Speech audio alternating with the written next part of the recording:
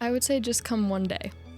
Because the first time I came in, I was extremely nervous. I had no idea what to do. And I mean, Kyle and Matt and Will, they all said hi to me as soon as I walked in. They kind of took me in, and I felt super welcomed, and all those nerves disappeared.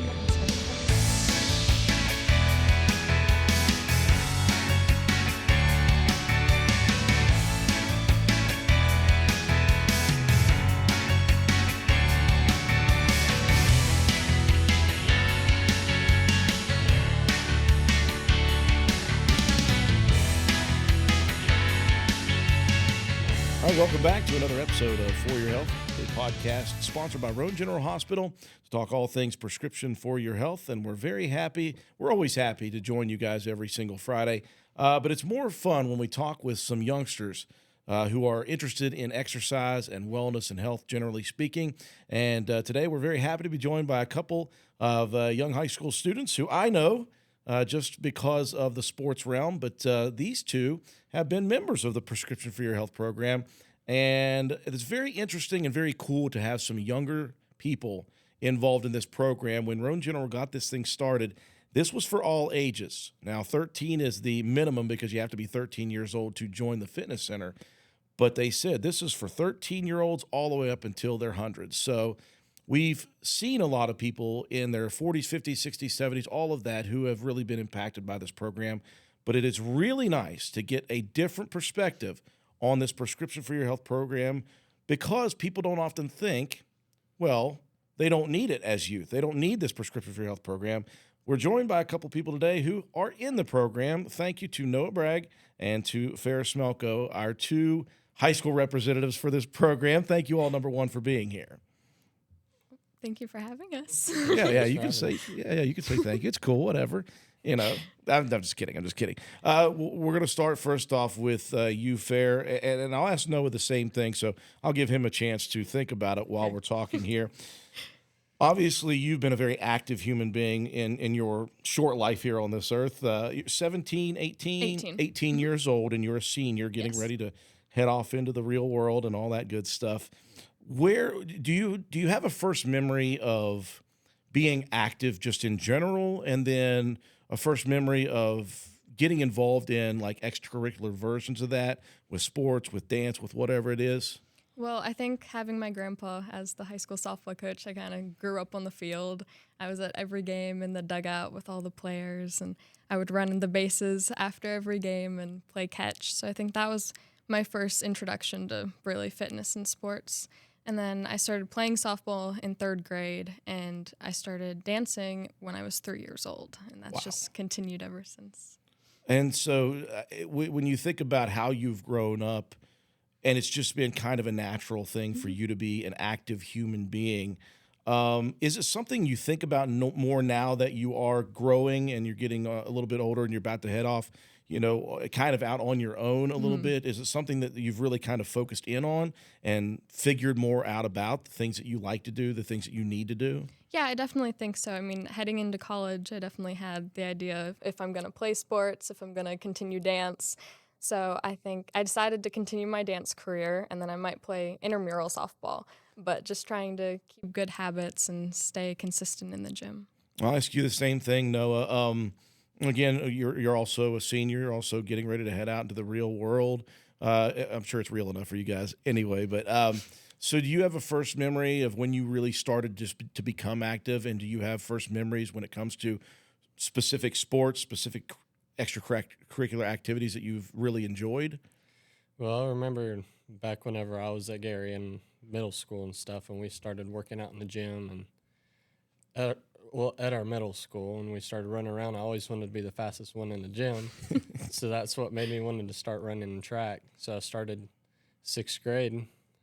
That's whenever I really wanted to like start running and stuff. So I started coming to the gym and training and Kyle and stuff, and that's what brought me here.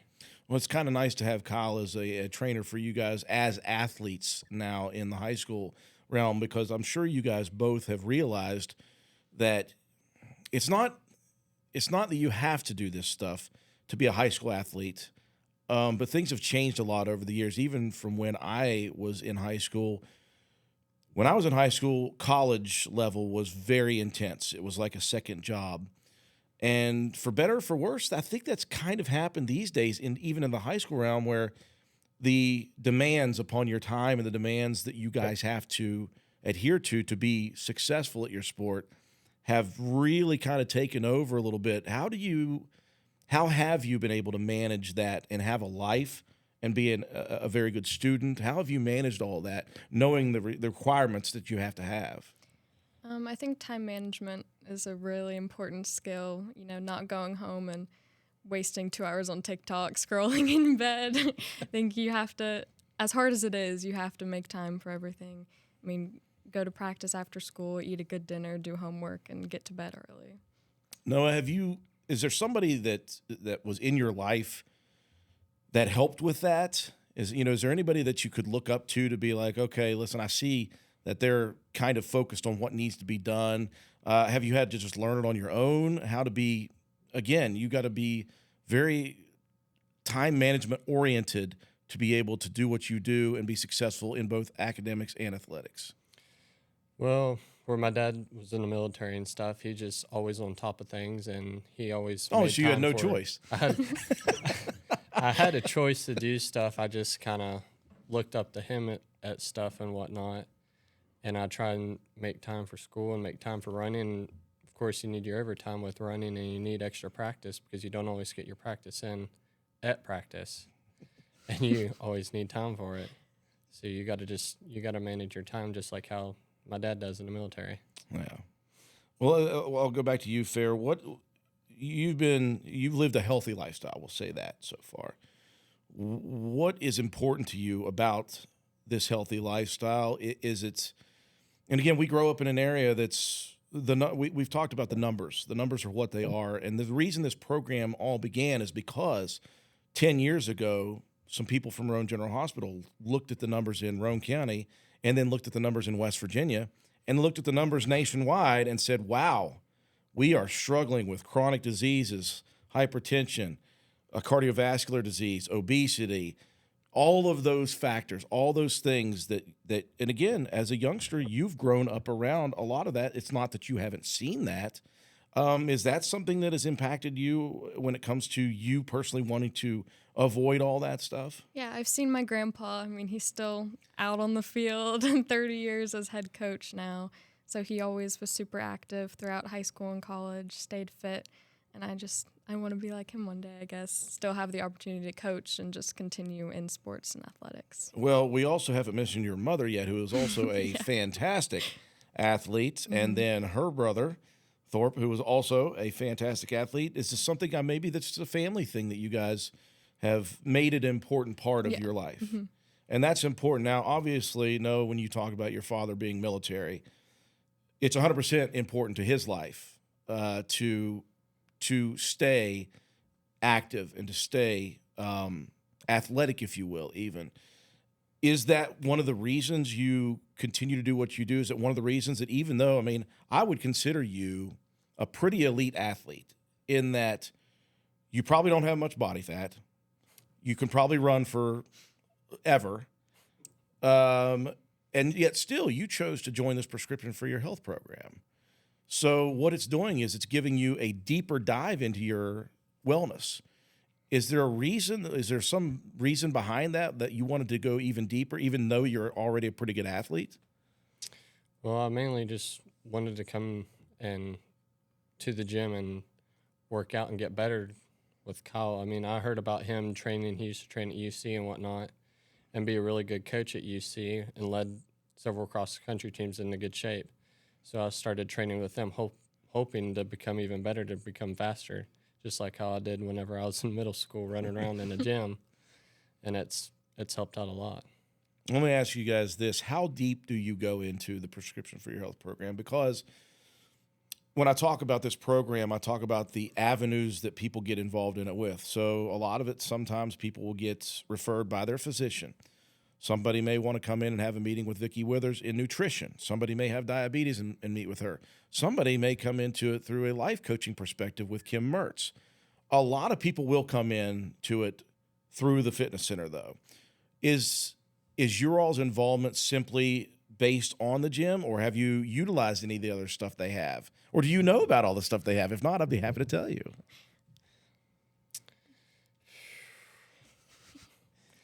Is it just the gym? Yeah. I just used the gym.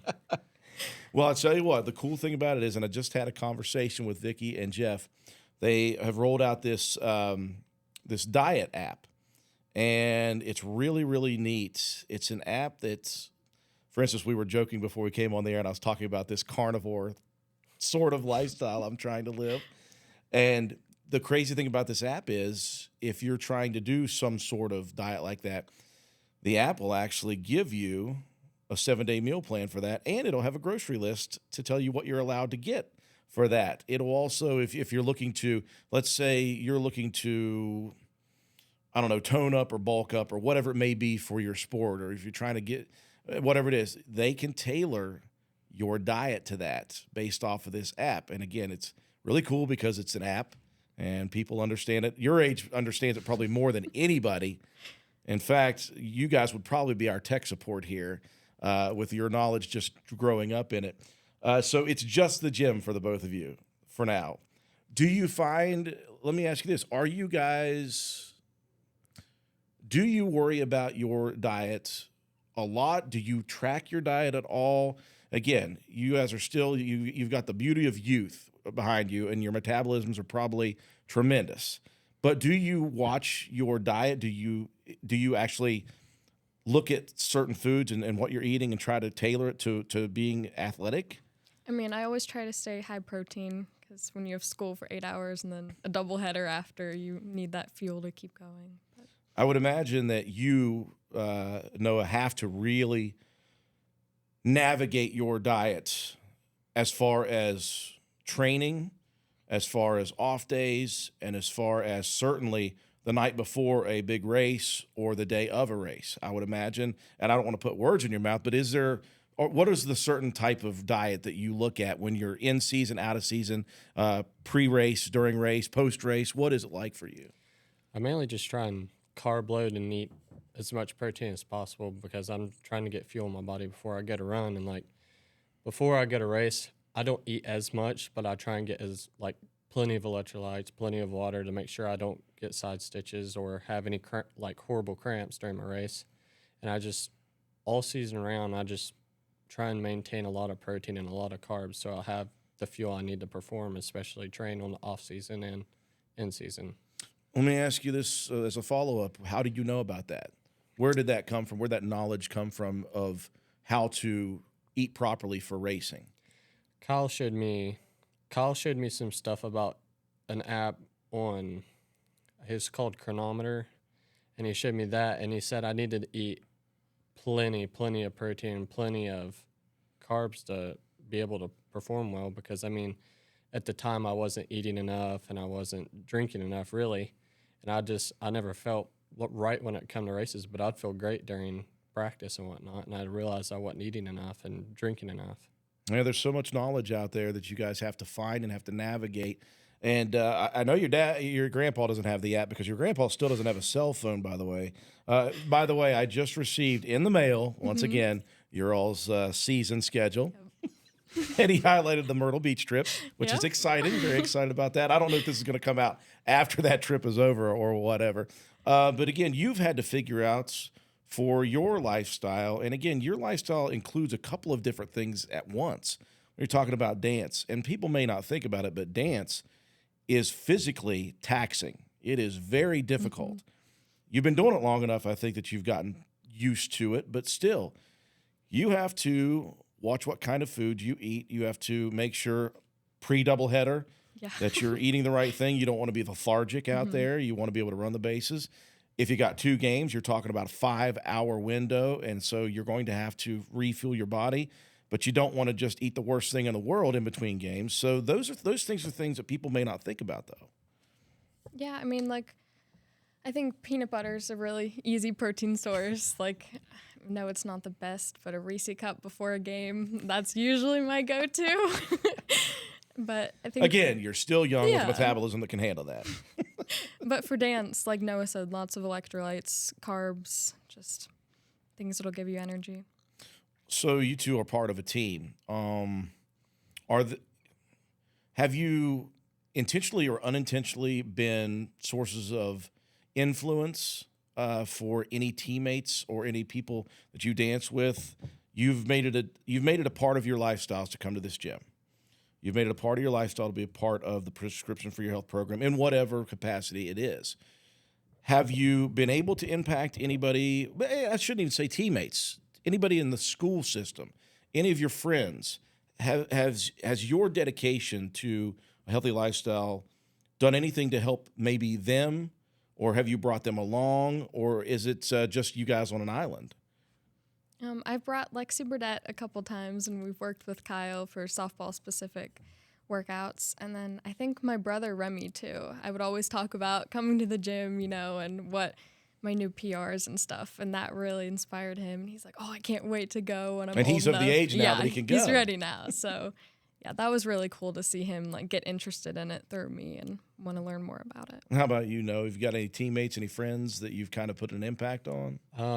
I always told my little cousin Olivia, she always looked up to me with running and stuff, at least what I think she did. And I always told her, I was like, if you want to run, just go to the gym and talk to Kyle. He'll put you right where you need to be. He'll train you. You just follow. He'll even give you running plans if you need running plans, because, like I said, you coach at UC. And I kept telling her, and she started showing up to the gym one day, and she's been working out at the gym and whatnot, and hopefully she'll continue. Well, as we all know in this room, it becomes a lifestyle that you have to kind of maintain. You won't always be able to regiment it. Obviously, things happen in life, and things will be happening that you guys have to navigate throughout your adult life. But getting the good basis while you're young, I think, is extremely important, because it becomes more of a habit, at least, when you go out into the real world and the time restrictions, the time crunches, the family requirements, all the things that are going to come up as you guys continue to grow up. At least you have built a solid foundation for that, to be able to prepare for that and be able to navigate that, knowing in the back of your mind, this is very important. I still have to take care of me, number one, and number two, because if I can't take care of me, I can't take care of all the other things that I have to take care of. Speaking of future, let me talk about this. And you guys are both seniors with about, 2 months left? Yeah. So I would imagine you probably have your next plan in case. Let me ask you, what is next for Fair Smelko? I'll be attending Denison University in Ohio, and I'm going to double major in dance and exercise science. Okay, so that's the next step for you. With dance and exercise science, what does that transition to as a profession possibly? Again, there's many areas. Yeah, I want to get my dance teaching qualifications so I can do that on the side, but then I either want to go to grad school for occupational therapy or physical therapy. Oh, fantastic, fantastic. I feel a little bit of Shanna Hall in that, where she was a professional and also did the dance thing, and now the dance thing is taken over, which is a good problem to have. Okay, so that's cool. Noah, how about you? What's next for you after graduation? Well, I plan to go to Constellium over in Ravenswood. It's aluminum plant, and I'm going to try and go there. They're going to have me to go to WVUP for 2 years and then work there for 3, and then I'll probably retire running after high school. He's going to stop running? I'm going to stop. He's done so much running. How can you stop? Trust me, I know how you can stop. I did a lot of running at one point, too. Just don't let yourself go, I'm kidding, guys. I'm going to be back here pretty soon with this carnivore-esque diet that we got going on here. So obviously it's been very good to have a gym like this for you guys that you have access to at no cost, which is a huge deal for the people around here, not just young people, but the people who live here and have lived here for a long time. But talk about the access. We've mentioned Kyle a little bit here. But the access to quality trainers that you guys have here, there's some people who work in that facility who have a really good combined set of knowledge in many different areas, and how you've been able to utilize them. I know on rest days I love going to yoga with Mrs. Mertz. Wait. One, or not Mrs. Mertz. Do you call her Mrs. Mertz? What's her new name? No, it's Mrs. Mertz. Yes. Okay. I'm just wondering, it's so weird to hear Mrs. Mertz. was trying to be professional. I'm sorry. We just know her as Kimberly. I like doing yoga with her a lot. She'll smile when she hears this. And then both Will and Kyle have helped me a lot, teaching me how to like clean and snatch, just movements that I'd never done or had the opportunity to learn before. And that's important because you want to do something that's specific to your sport, but if you don't know how to do them properly, then it's almost as if you're not wasting your time, but you could hurt yourself, all that stuff. So it's good to have that access. I know you as an elite runner, that's right up Kyle's alley at least. I know he trained, again, as you mentioned, MEC champions. Right. We just did that, by the way. I don't know when this is going to air, but we just broadcast the MEC indoor track and field meet again, and UC again, men's and women's champions of the indoor. So he knows what he's talking about. Let's just say that, right? Well, the only person I really come to at the gym was Kyle. I thought about going to yoga with, who was it, Mrs. Mertz? I love hearing that. I thought about coming with her, but like the other workers at the gym, and there's other people that used to run and they still continue running on the treadmills and stuff. I never even knew I'd get to talk to them, and the other workers, they help out. They know so much, and they're always willing to have a helping hand at the gym and give me pointers on working out and lifting weights and whatnot. You mentioned you're done after high school running, probably. What healthy lifestyle activities do you continue to plan on utilizing, though? As, again, you're going to go off and become a worker, you're going to be living life. What kind of healthy lifestyle activities are you going to try to continue?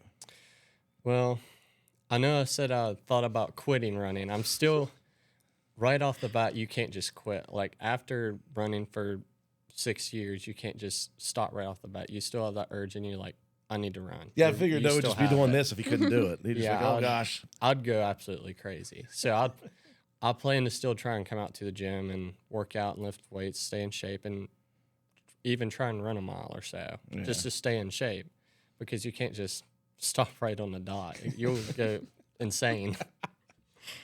Fair, you did mention a couple of things that you wanted to do, at least in college, and that is continue to dance and continue to play maybe some intramural softball and things like that. Beyond that as well, what kind of healthy lifestyle activities? And again, I know, as you mentioned, you've already worked on the diet and trying to make sure that you get the proper nutrition in you. On top of that, once you're done and you're in your lifestyle, what are you planning on doing? Well, I think in either PT or OT, you still have that like influence in other people. So continue to share my knowledge and what I've learned from other people. And continue to do it all for myself too. Well, you're a great segue artist, all right? And I don't mean the segues that you ride. So continuing to help people, continuing to influence people. I'm going to ask you guys both, and I know this is hard to ask high school kids, but you guys have pretty good heads on your shoulders. And I think you think of things maybe a little bit further on than many people would. If you had any advice for any of your classmates, not even just that, but anybody who may be nervous about coming to the gym, anybody who may be fearful of what will happen, because people around here a lot of times are very frightened about things they don't understand and things they don't know. And one of the most frightening things for somebody to do is somebody who's maybe not in the best shape, somebody who is living a sedentary life, to come in to the gym, number one, is very difficult for some people. So if you're looking at your classmates and you see, classmates maybe engaging in not the most healthy behaviors, what kind of advice could you give them to maybe get them spearhead and get them started in the right direction? Because it's something that you guys have done. It's just been a part of your lives since you were young. It may not be a part of somebody else's life. So what kind of advice could you give them to start that process for them to try to become more healthy? I would say just come one day. Because the first time I came in, I was extremely nervous. I had no idea what to do. And I mean, Kyle and Matt and Will, they all said hi to me as soon as I walked in. They kind of took me in, and I felt super welcomed, and all those nerves disappeared. So I think after the first time, it gets easier and easier as you go along. The motivation starts coming to you, and like without it, you feel like you're going crazy. Like I can't sit at school for 8 hours and not do anything after. Like I have to go get some energy out. Yeah. So just go the first time and then see where it takes you. Maybe you'll find out it's not quite as scary as you may have initially thought. How about you, Noah? I just like Health Fair said, I'll just try and get them to go for the first even, work out with them. Just try and get them in, meet the people at the gym, and just try it out. I mean, it'll never hurt to try. Yeah. Well, you two, I appreciate of your time that you guys gave to us, obviously, and you sacrificed a workout to be here with us, and thank you for that. I won't challenge it again. I'll let you guys do the gym thing from here on out. But again, I think it's very important, and I think that I don't know if you guys understand what we're doing with this podcast completely or not, but we have the professionals in here all the time. You know, we've got I'm not saying bad things, but we have Jeff in here. We have Vicky in here. We have Mrs. Mertz in here. We have Doug Benson here. We have all these people.